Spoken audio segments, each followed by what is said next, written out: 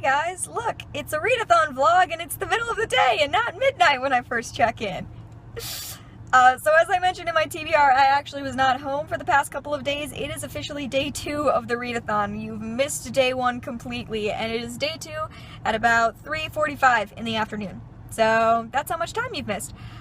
Just to let you know, I have, if you've checked my little stats down here, I have already finished one book. I finished with Malice, day 1, almost in one sitting. I split it a little bit between when I went to sleep and when I woke up again, but I really enjoyed it. I thought it was exciting.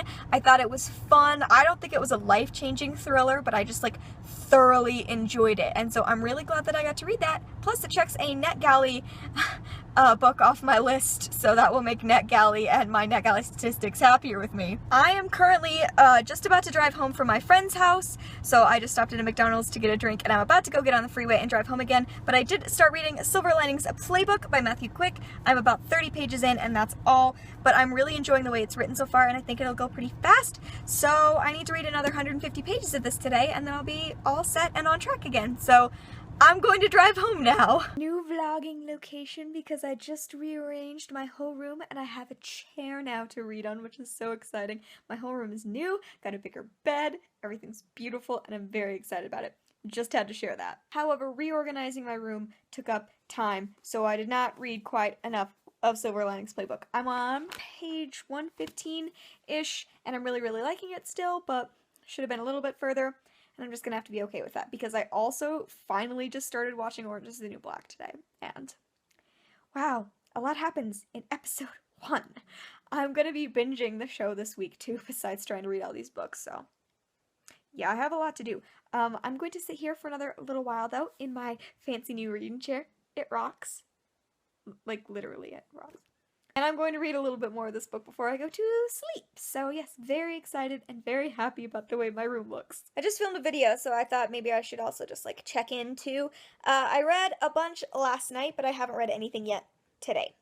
So I'm on page 225 of Silver Linings Playbook, but I 100% have to finish this today, which shouldn't be a problem. I have 60 pages left.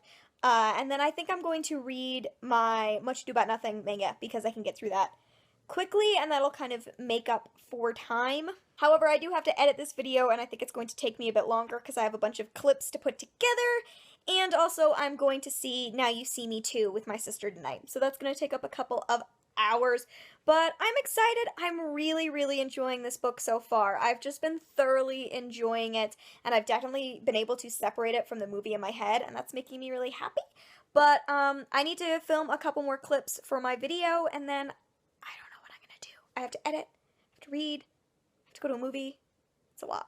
So I've actually finished 2 books since I last checked in, which is great, and now I'm on track again, and I'm super happy. So I'm going to tell you about the books I read. I did just finish reading Silver Linings Playbook a few hours ago. I really enjoyed it. I think I was able to separate it from the movie in my mind. I didn't remember exactly how the story went, and I just really wound up liking Pat a lot. I just think it was overall a really wonderful story. I'm thinking I'm going to give it a 4-star, but in my heart it's a 4.25. I really enjoyed it. And after that, I sat down and I read Much Ado About Nothing by William Shakespeare, Manga edition. This is my favorite Shakespeare play, and reading it through just confirmed how much I love it. This was such a fun way to read this play. The absurdities of the story just lend themselves so well to this format. The characters were this beautiful level of ridiculous, and the plot was funny and so much fun to read. I absolutely loved reading it like this, and I'm definitely going to give it a 4-star. I don't know if I could give it a 5-star. I don't know. I just can't. I don't know. I haven't decided yet, but I absolutely loved it. Definitely solidified itself as my favorite Shakespeare play. And now I've come over here because I actually don't know which of my 2 books I'm going to read next. I'm going to sit here for a bit. I'm leaning towards Cress, so I might start that next, but I haven't decided. And it's still pretty early, so I could get some more reading in before I go to sleep, which is great. Oh, except I really need to watch Orange is the New Black. Okay, maybe no reading. I wanted to give you an update since I haven't finished a book today. I just wanted to let you know how much I read. I am on page 200 of Cress, which puts me exactly on track for my page count per day. And I got through the 200 pages super quickly, so I think I'm actually gonna finish this tomorrow probably. That's my goal. That's what I'd like to do. I'm really, really liking this. I appreciate that this book is not taking its time introducing a lot of new storylines. It knows that I care about the characters I've already fallen in love with in previous books, so I really appreciate that. And I'm definitely really enjoying this. And because I finished with an hour to spare, I'm going to stay up and watch a couple of episodes of Orange is the New Black instead of reading more. So that's what I'm going to go do right now. Oh, and I have to set my video to upload. So I'm going to do that first, and then Orange is the New Black and ice cream. Hey guys, so I didn't check in yesterday at all, basically. I just didn't do any reading until it was super, super late, and then I didn't want to record because it was 3 a.m. and yeah, anyway, it was the whole thing. So I didn't record anything yesterday. Day 5 didn't exist. We're on day 6 now. And on day 5, I finished reading Cress, which I don't have with me because I'm in a car and I don't bring books that I don't need to read with me in the car. I finished Cress, and I have to say that I completely agree with everyone who says it's their favorite book of the series. It just did so many things so right. It did so many of my favorite tropes that I was like living for throughout the book. And it was the most excited that I've been while reading one of the Lunar Chronicles. It was fantastic. I gave the first 2 4 stars, but I definitely gave Cress a 4.5. It was a really, really wonderful book, and I can definitely see why it's most people's favorites. So now that I'm all done with that, it is day 6, and the book that I have left is Percy Jackson and the Olympians, book 1, The Lightning Thief, because the Percy Jackson reread is officially beginning. This is middle grade though, so I have a feeling I'm going to finish it fairly quickly, which would be great, because I do have a book on my Kindle I'd like to wrap up reading. If I could get that done during this readathon too, that'd be awesome. But I am on my way to a coffee shop, and I'm just gonna get a drink and sit down in one of their big chairs and read, just to get out of the house. It's Saturday. I want to get out of the house. So I'm just gonna go read there for a while and hopefully make a good dent in Percy Jackson. I finished my last book, and if you can tell by my stats, it's only 1 p.m. So I don't even know. I just finished reading Percy Jackson and the Olympians, The Lightning Thief at 1 p.m. I can't believe I finished early for a readathon. That never happens. I haven't read the Percy Jackson series since I was in junior high, so when I was 14 probably, 21, 7 years, it's been 7 years since I read them. I super enjoyed rereading this. I wasn't sure at the beginning. I thought maybe I was remembering this incorrectly, or maybe it just wasn't going to live up to how much I'd enjoyed it then, but by the end it had totally sold me again, and I completely fell in love with the characters all over again, and I can't wait to continue reading the rest of the series and to start in on Heroes of Olympus, because it just made me get more excited about new characters again.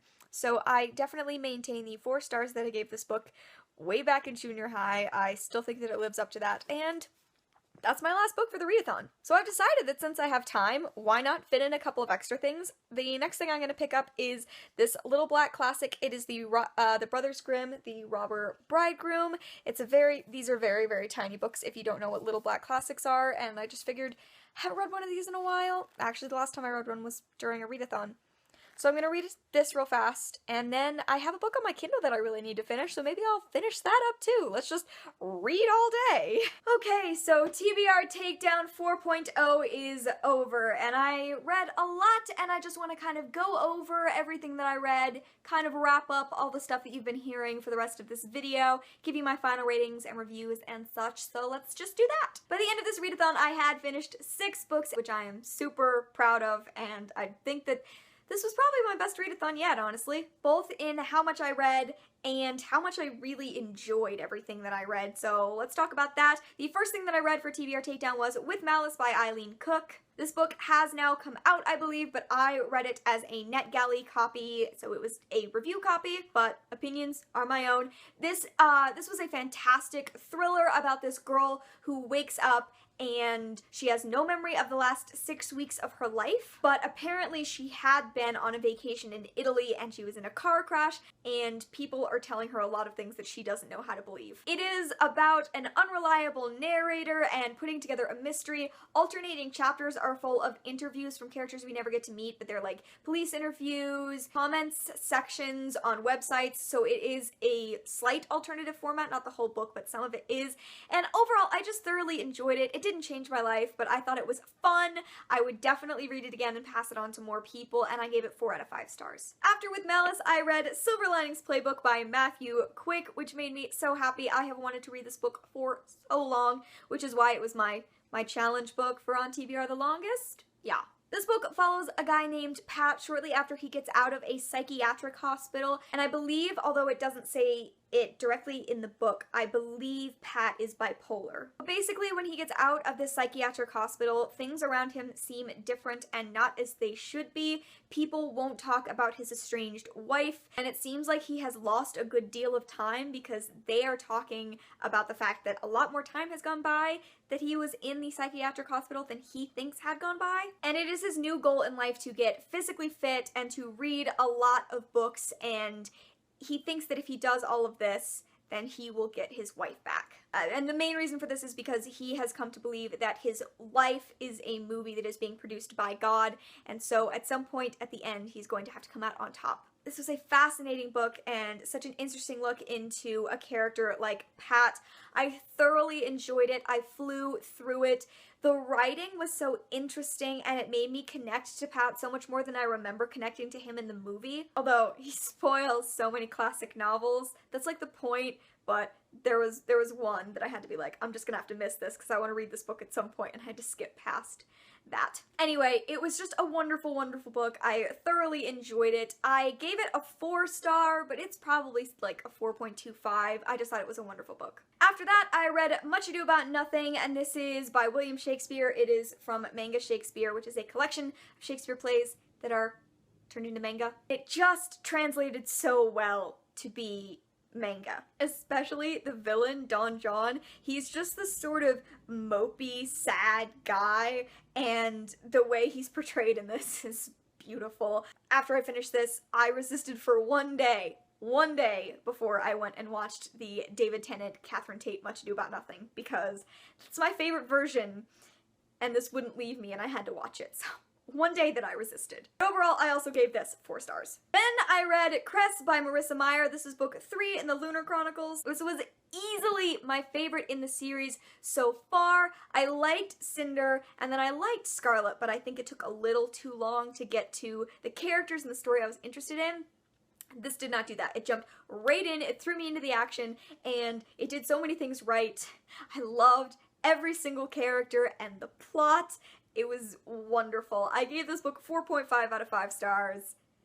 I loved it. Then the next book that I read was Percy Jackson and the Olympians, The Lightning Thief, and this is book 1 in the Percy Jackson and the Olympians series by Riordan. If you don't know, Percy Jackson is a series that takes place in our modern day, and our lead character, Percy, when he's 12, he finds out that he is a half-blood. He is half mortal, half god. And it is so much fun.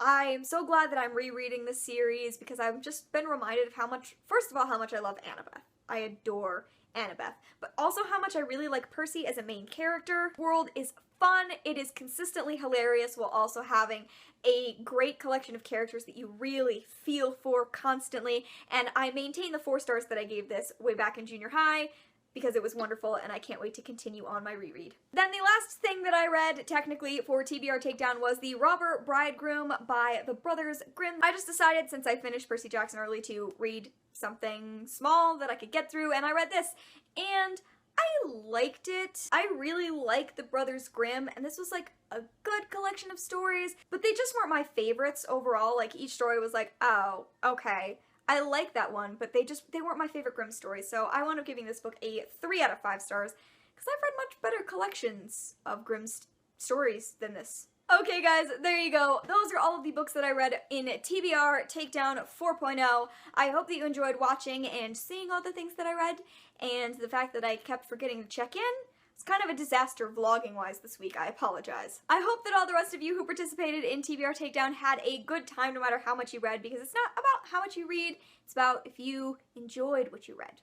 That's just what I personally think. Anyway, I hope that you had a very good time at least. Thank you so much for watching, and I will see you in another video very soon. Bye!